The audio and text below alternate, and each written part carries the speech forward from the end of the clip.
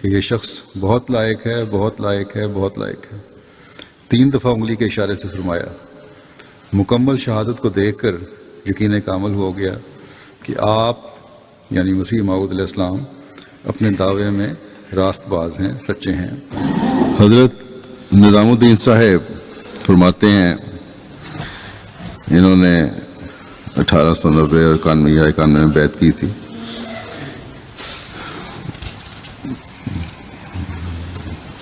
کہتے ہیں کہ انہوں نے حضرت مسیح علیہ السلام کو بیعت سے بہت پہلے دیکھ لیا تھا، 83-84 میں، 1883-1884 میں۔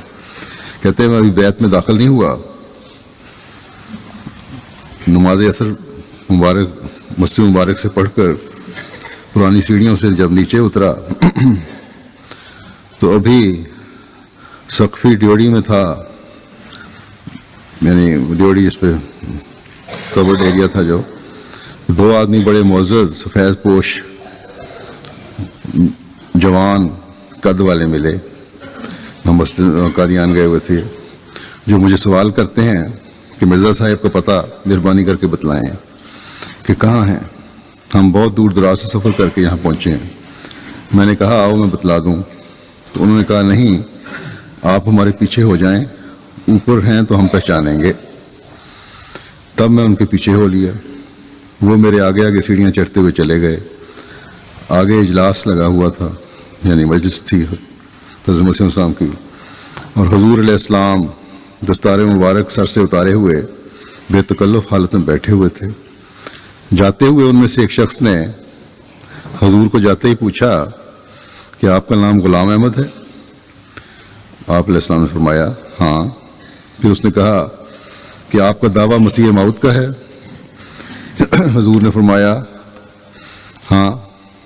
تو پھر اس نے کہا کہ پہلے آپ کو السلام علیکم جناب حضرت رسول مقبول صلی اللہ علیہ وسلم کا،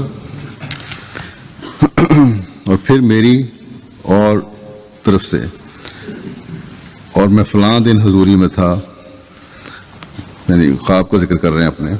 تب رسول خدا کا ہاتھ مبارک حضور کے دائیں کندھے پر تھا۔ یہ آگے وہی شخص اب اپنی خواب بتا رہے ہیں کہ میں فلاں دن میں نے خواب میں دیکھا کہ آن وسلم کی خدمت میں تھا میں، اور رسول خدا کا ہاتھ مبارک حضور کے دائیں کندھے پر تھا، یعنی حضرت مسیح علیہ السلام کے دائیں کندھے پر تھا، اور آن حضرت صلی اللہ علیہ وسلم نے فرمایا کہ حاضہ مسیح، ان کی بیعت کرو اور میرا سلام کہو۔ حضرت میاں عبدالرشید صاحب، جن کی سن بیعت 1897 ہے، بیان کرتے ہیں کہ مجھے بیعت کی تحریک حضرت والد صاحب کو تحریک اور ایک خواب کے ذریعے سے ہوئی۔ کہتے ہیں میں نے آن حضرت صلی اللہ علیہ وسلم کو خواب میں دیکھا کہ حضور ایک چارپائی پر لیٹے ہیں اور بہت بیمار ہیں۔ حضرت مسیح موعود علیہ السلام آپ کے پاس کھڑے ہیں، جیسے کسی بیمار کی خبر گیری کرتے ہیں۔ حضور صلی اللہ علیہ وسلم چارپائی سے آپ کے کندھے سہارا دے کر کھڑے ہوئے۔ اس کے بعد اس حالت میں حضور صلی اللہ علیہ وسلم نے لیکچر دینا شروع کر دیا، جس میں حضرت مسیح موعود علیہ السلام کی صداقت کے متعلق بیان تھا، اور اس کے بعد خواب میں دیکھا کہ حضور صلی اللہ علیہ وسلم تندرست ہو گئے ہیں اور آپ کا چہرہ پر رونق ہو گیا، جس سے میں نے یہ تعبیر نکالی کہ اب اسلام حضرت صاحب یعنی حضرت مسیح موعود علیہ السلام کے ذریعے سے دوبارہ زندہ ہوگا۔ چنانچہ اس خواب کے بعد پھر میں نے بیعت کر لی۔ حضرت حافظ ابراہیم صاحب رضی اللہ عنہ بیان کرتے ہیں، جنہوں نے 1899 میں بیعت کی اور 1900 میں دستی بیعت کی۔ کہتے ہیں میں 1899 میں بدریہ خط کے بیعت کی، اور اس سے پہلے بھی 3-4 سال میرے والد صاحب نے بیعت کے لیے بھیجا تھا، مگر میں بسبب بعض وجوہ کے واپس گھر چلا گیا۔ اس کے بعد سید بہاول شاہ صاحب، جو ہمارے دلی دوست اور استاد بھی ہیں، انہوں نے حضرت مسیح موعود علیہ السلام کی بیعت کی، اور انہوں نے مجھے حضور کی کتابیں سنانی شروع کی، جتنی اس وقت تک حضور کی کتب تصنیف ہو چکی تھیں۔